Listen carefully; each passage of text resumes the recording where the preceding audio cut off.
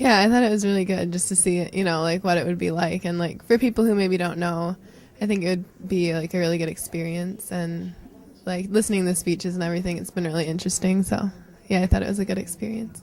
I think it's a really cool event. I wish there would have been more of my fellow students who came out today to see this day-long teach-in. I guess it maybe brings a little bit of realism to it for some people, to see like, okay, so this is what happens. You give them your name, and then if your number's up, you're drafted. You're in the draft army. So I mean, I think as far as my personal impressions on it, like I said, I didn't take part in it.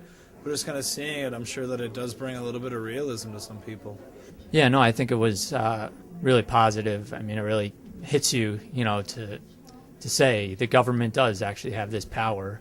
They could come and draft you, as a demand that you go and fight in their wars, which you've had no say. It's useful for bringing a human element to it, making people really see how close to home this can hit. Even if you're not selected in the mock lottery, I mean, you can see how the guy right next to you is. I think it's a great idea, and I wish I would have been here for that. Knowledge is power. So in any case where we can increase the awareness of the electorate, especially college students who tend to be sponges and absorb whatever their liberal professors tend to throw at them, I think it's good to throw these little mock drafts or whatever we want to talk about. It's good that people have an awareness. Well, I did witness the mock draft lottery. I thought it was very interesting. I think that I don't think that people that were here necessarily knew what to expect. I know I didn't, and so I think it caught people by surprise. Just hey, what's your birthday? And then okay, well, lucky you have 90 days to basically tie up all your loose ends and go hit the army or whatever. So I thought it was very interesting. I wish that there had been more people here.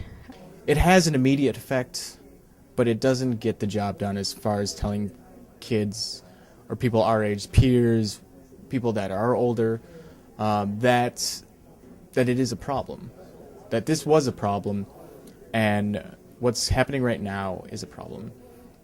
Because there's no threat. There's no threat like knocking on people's doors. I mean, you look at this, hallway, and you turn the camera into that reception hall. There's not a lot of students in there. You look over there, all the students, across the other doors, all the students are over there. They're, studying, they're socializing, they're talking about other things.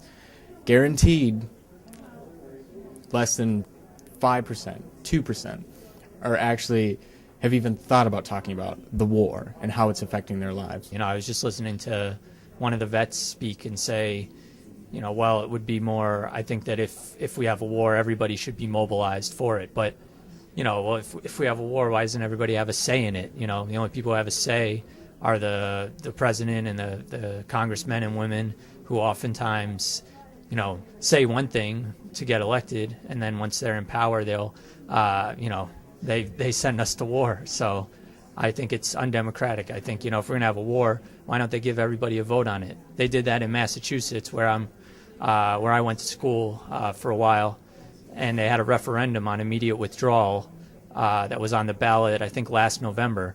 And overwhelmingly in every city in town, almost every city in town that it was on the ballot, they voted to bring the troops home now.